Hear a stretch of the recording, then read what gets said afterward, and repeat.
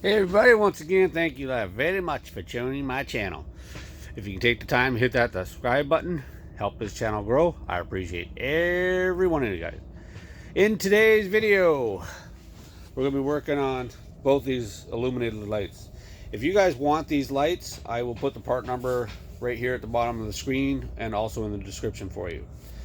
So, these light switch, I've actually got them wired incorrectly. Like, it's a 4-pin, and I'm not used to 4 pins, to be honest with you, but 4 pins the way they normally go. I hooked it up like that, and unfortunately though, as soon as I turn this, my key, doesn't matter, the light's always on. So what I've got to do is rewire this, and I just thought I'd bring this along with you guys in case you guys are going to order these light switches, because I do love them, and at night they make a huge difference. It just, they're always on. So let's go ahead and fix that. So for starters, you're going to need a T25 Torx, if that will focus on that. Nope, not going to focus.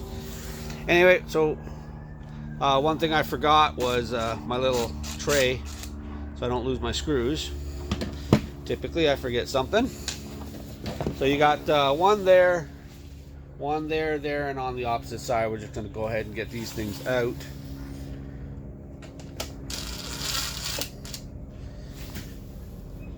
And yeah, I'm using my torque drive here just to make things a little quicker. You don't have to torque. You can do this by hand. I just like using power tools. Okay, so I turned the light on for you. So wait, here I've got my, basically I call this my power brick. This is where all my connectors are right here. Again, I don't know why my phone doesn't want to focus on that, so I'll back out a bit. So this is where all my wires go, right there. And then I've got them wired. So there's power. This is power going to the light, like the work light in the back. This is going to be the power for that, and then this is going to be the power that feeds it. And then underneath it here, on the bottom side, which I can't see right now, is a ground wire, and that's this black wire right here. So what I'm actually going to do is I'm going to take this power off, this top one. This one's going to come off, and I'm going to feed. I'm going to put a new connector, like a new wire on this one right here. I don't know why that doesn't want to zoom in or focus.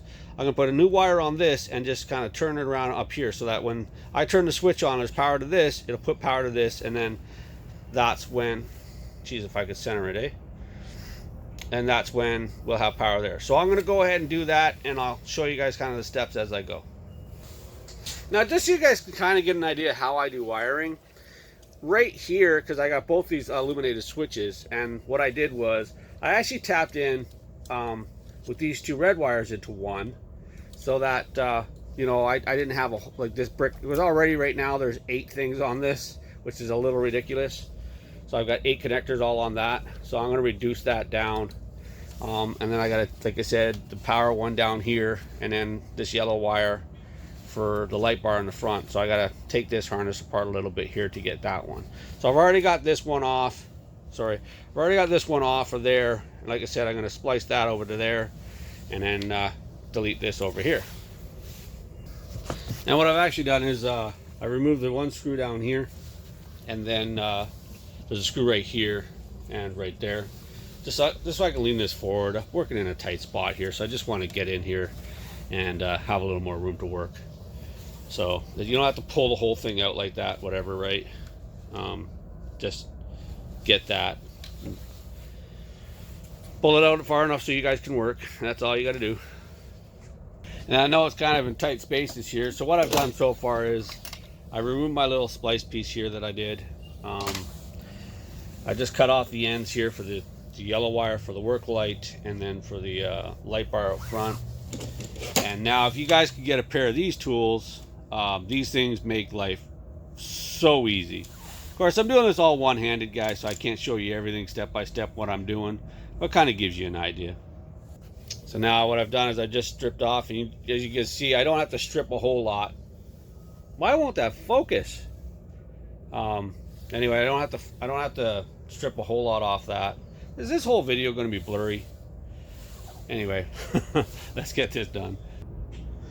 Yeah, so right here, I'm trying to get this thing to focus. So right here, I've got a spade connector, and what I like to do is use my side cutters, and I cut this blue end off because I don't actually like these blue ends. I'll show you what I mean here in a sec. So this is what I want it to look like in the end. All you do is just put a couple slices in the blue right there at the end with your side cutters, and then you can just turn it right off. Just makes it for a much cleaner connection. And then I've got heat shrink. Here, I'll show you. So it's basically what I've done here. This thing has the blue connector on it, and so did these two. So what I like to do is take the tape. Hold on a second. I like to take the tape here and bring it around, so it just looks like a much more clean, more factory looking. That's what I like to do. Okay, so right now I've got both ends done. Well, I'm making them. So what I did is push this heat shrink just over top like that to cover that, and then what I'll do is I'll just use my torch and I'll heat that down. I'll show you that right now. And here they are, both done. A little warm, and but now, like I said, they look more professional. They look more factory. So if you ever take it in for warranty or anything like that, they look at it and go, okay, that was done well. And that's one of the things I love to do. I love wiring, you know what I mean, just to make it look good. Okay, so this is kind of what I'm doing here. So I've got these two now crimped in. Here, let me just pull this back. So these guys right here are crimped in.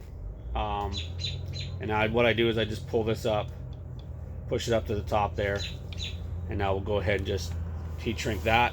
Before I do that though, I'm going to get this other one here put on as well, so I can heat shrink them both at the same time. Alright, now all there is left to do now is just plug everything back in. And this is what I mean here. You guys look at this, it might be a little hard to see. There's two brass colored ones here, and then there's the two silver ones. And I was going back and forth with the ground and the power to this. And these ones here are actually the European model, just so you guys know. So it might be a little bit hard for you guys to find these. I actually got these things from a dealership in France, of all places. That cost me $60 to have them shipped. The total price to me was like $276, almost $300 for these illuminated. But I really, really wanted them. And you know, I put them in, and it just took me a little bit here to finally get the wiring and else like that to put this all back together again properly. So as an example here, just because it's harder to get to, I'll go ahead and I'll put the spacing on this is so tight. So I'll get ahead now and I'll put the lead on there, so that one's done, and then put that lead on, if I can get it on. Come on, there he goes. So all those two there are together like that. And then kind of the same deal here with this yellow one. So the yellow one's going to go on. I'm trying to show you guys this. That damn blue wire there from the heater controls is in the way. So go ahead and plug that one in, and then get our loop, and we'll plug